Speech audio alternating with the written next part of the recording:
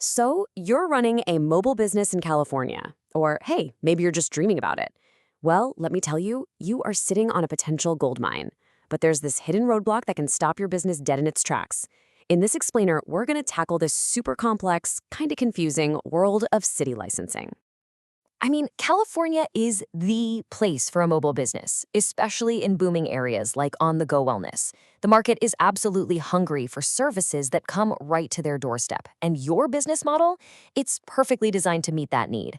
You're not just selling a service, you're selling convenience, and that is a huge, huge advantage.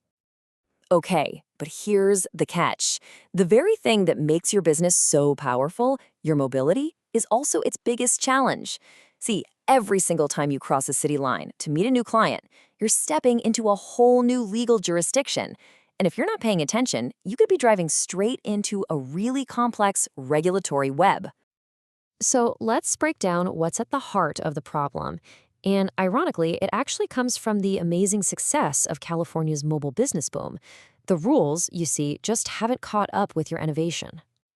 Think about it this way. A regular traditional storefront needs one license for its one location. Simple, right? But your business is on the move. And the rules? Well, they're not. The second you put your business on wheels, you're playing by a totally different and way more complicated set of rules. Rules that were just never designed for a business as flexible as yours.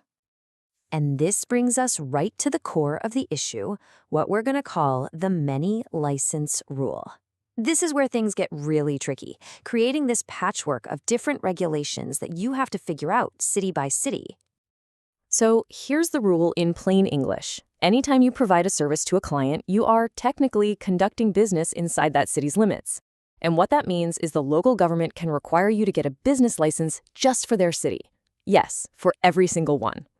And you might be surprised at just how little it takes to trigger this requirement. We are not talking about opening a whole new office. In some cities, working there just 5 to 7 days a year is enough.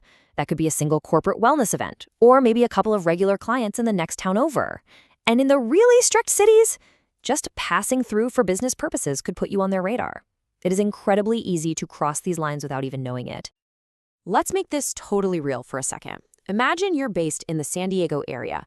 You've got a client in downtown San Diego, another one in La Jolla, and a third up in Carlsbad. Well, suddenly, you're not managing one business, you're actually managing 3 sets of paperwork, 3 different fees, and 3 renewal dates. That administrative headache can get overwhelming fast. And as if juggling all those licenses wasn't enough, there's another major hurdle that just feels completely out of sync with how modern businesses actually work.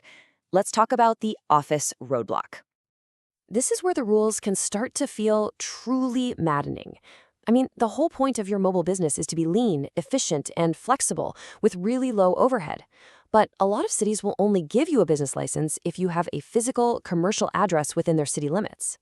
It's a requirement that just fundamentally misunderstands your entire business model, and it could force you to pay for an office you'll never even use.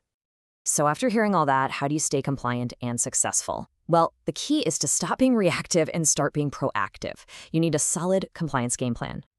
Okay, first up, and this one is absolutely non-negotiable. Research each city before you even think about taking on a client there. Go to the city's official website, look for their business license department. Second, you gotta be strategic. Instead of trying to serve all of Southern California, maybe just focus on one county or a small group of cities. Mastering the rules for 4 places is way easier than for 20. And finally, always ask if there are regional options. Some counties actually offer a single license that covers multiple cities, which can be a total game changer. Following in this game plan does a lot more than just keep you out of trouble. It's really about building a solid foundation for your business, one that's set up for real, sustainable, long-term success. At the end of the day, being proactive about compliance isn't just about navigating red tape. It's a core business strategy. When you plan for these local licensing rules, you're protecting your business from expensive fines and all those unexpected headaches. You're building on solid ground, and that frees you up to focus on what you actually do best, serving your clients. So we'll leave you with this question. Taking the time to get your licensing right isn't just another task to check off a list. It's a direct investment in your company's future. It's the difference between a business that's just kind of getting by and one that is truly built to last.